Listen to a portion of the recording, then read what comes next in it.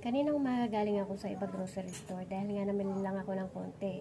So tapos naalala ko, kailangan ko palang bumili ng mega sardines na red dahil nga isa na lang yung natitira kong stock dito sa akin tindahan ng mega sardines na red.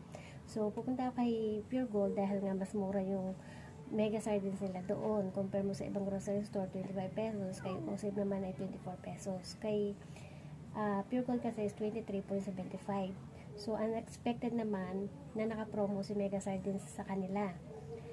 Any flavor, 6 pieces ang bibilin mo, meron kang free ng Lucky Me noodles na 2 piraso. So, nahinayang ko dun sa free na yun. Kaya, syempre, dahil nga tindera tayo, kaya bumili na ako ng, imbes na red lang ang bibilin ko na Mega Sardines, bumili ako ng 3 red, tapos 3 piraso din na green. O, diba, 6 pieces na yun. So, nagkaroon tayo ng free ng 2 piraso ng Lucky Me chicken.